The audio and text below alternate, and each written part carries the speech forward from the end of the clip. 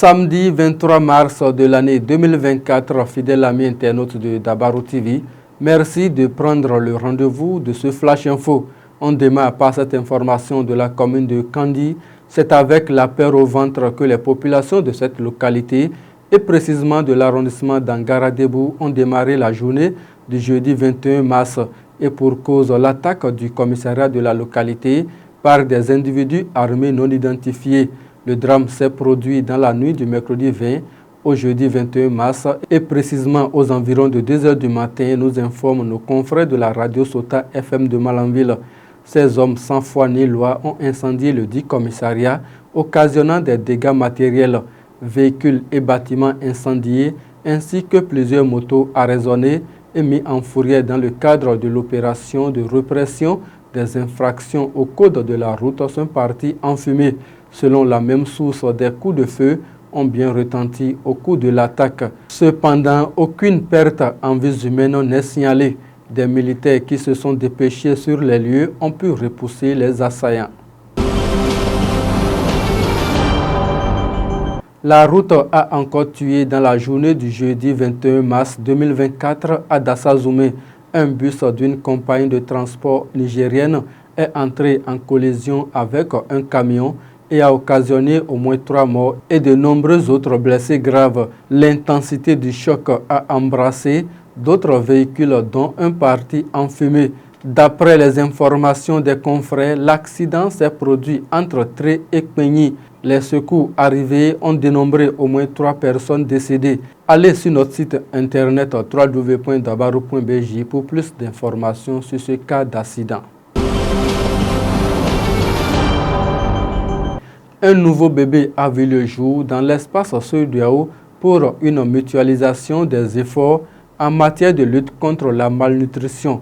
Il s'agit de l'Alliance régionale pour la fortification alimentaire.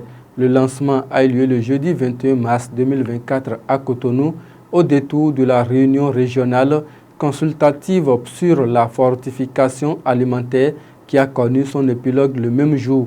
C'était en présence des représentants de la CEDEAO, ceux de l'Organisation ouest-africaine de la santé, des partenaires techniques et financiers, des universitaires et bien d'autres. Au Nigeria, à présent, la fièvre hémorragique à virus Lassa refait surface au sein de la population nigériane. Selon les informations du site Africa News, 20 décès et 109 nouveaux cas de la fièvre Lassa ont été enregistrés du 26 février au 3 mars 2024. Ceci relève d'un nouveau rapport du Centre nigérien de contrôle et de prévention des maladies. En une semaine, le Nigeria a connu 20 décès et 109 nouveaux cas de fièvre Lassa, des chiffres qui viennent semer le trouble et la panique chez les habitants de ce pays. Sur la base des données du même rapport, il a été indiqué que de 96 cas confirmés au cours de la 8e semaine, l'on est passé à 109 cas au cours de la 9e semaine. Au total, de la 1er à la 9e semaine, le pays a enregistré 682 cas confirmés et 128 décès. 16 États du Nigeria sont touchés par cette nouvelle vague de la fièvre à virus Lassa. Les autorités nigériennes annoncent la levée des barrières frontalières avec le Nigeria. Selon les informations de Sota FM de Malanville, l'annonce a été faite à travers un message radio de la réouverture de la frontière terrestre avec la République fédérale du Nigeria.